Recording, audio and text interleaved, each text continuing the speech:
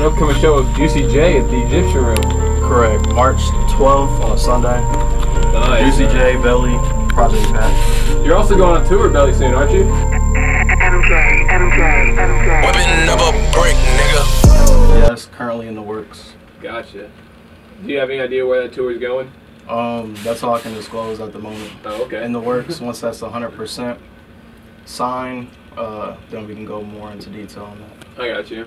So you have an upcoming album. Do you have like the name of it and like release date, anything like that? It's called Keep Me Alive.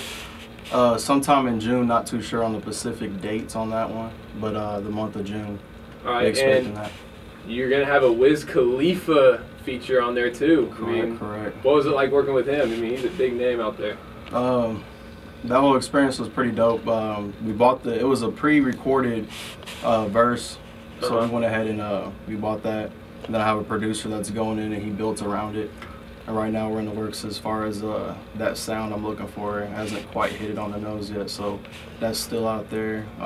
Hopefully within the next month we can get that rolling and I can get that released. I mean, every day I just feel like, I could drop the track that I feel like is like the best and greatest hit that I've ever did. And then prior, or after that, 2 weeks later, I'm just like, man, I don't want to like mess with that at all. Right. So I just feel like every day, sound-wise, I still am peaking, I guess. I really, I found it in a sense, but I feel like I'm molding that a little bit better day by day. I don't really see an end to that yet. How long have you been working at this? On a serious tip, since like 2009.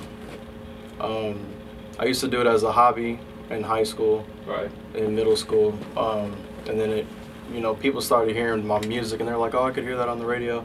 Then I started taking it a little bit more serious, and then John Conte, one of the writers for Blame It on the Alcohol, I went to middle school with his brother Chris Conte, and then his brother reached out to me. He's like, yeah, I like your vibe, I like what you're doing. And then he had like a production group labeled To the Moon Productions at that time period. So I kind of like was involved with that, helping write for him a little bit and for myself, just pushing out different sounds. And he kind of like bettered me as far as taking that to the next level, I guess.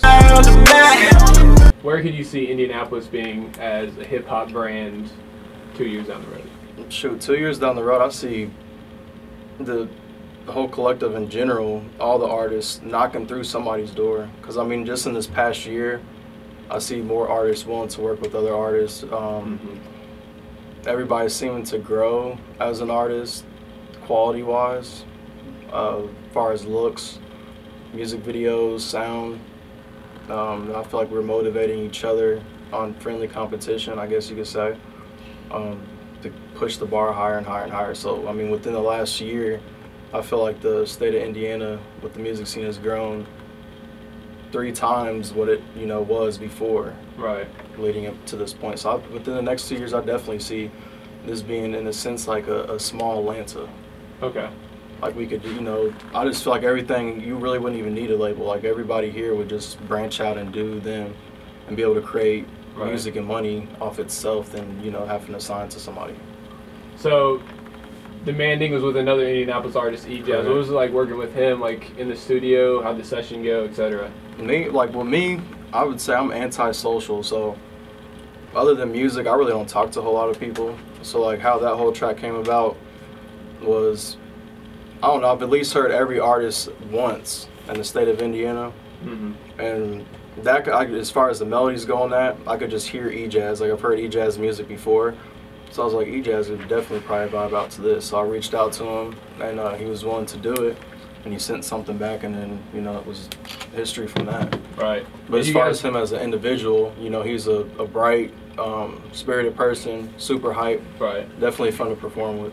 Yeah, you guys performed that song at the, not the Egyptian Room, the Deluxe Room at the Old National Center. How'd that go live? That was lit for the Lil Durk. Yeah. The crowd response was great on that. Yeah, it was definitely a hype song. I liked it.